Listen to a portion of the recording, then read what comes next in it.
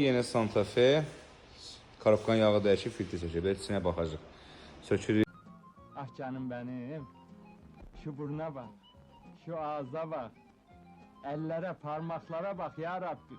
Bu da karabkan çıxartdı. Sökək içinə baxaq.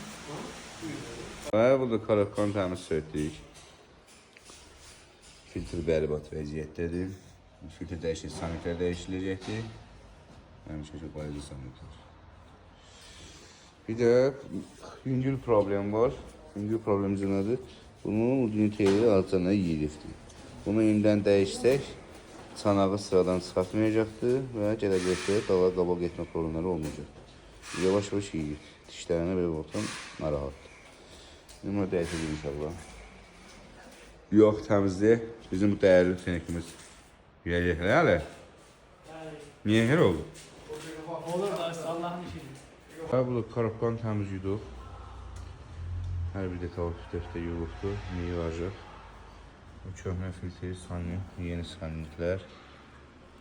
Və bir də dediyim udinitelin yeni saninliklər belə bu kadar.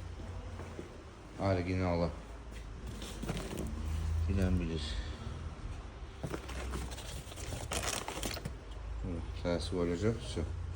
Nə zadniyə deyə qoyaq, tıkıl olmayacaq. Yığım tezini biraz sonraki videoda indi bunu görəsiz. Yığım test drive vereyim, göstərəcəm inşallah. Budur, karabka hazırdır. Yenə çəkmə həmişə kimi unutdum, beynizada yığmalım.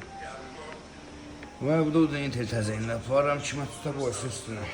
Sürək test drive vereyim, göstərək inşallah. Və budur, hazırdır. Zadni, neutral, 1 qram vurma, titrəmə yoxdur. Sporçlarda vaxtı dəyişir. Nə gecikmə var.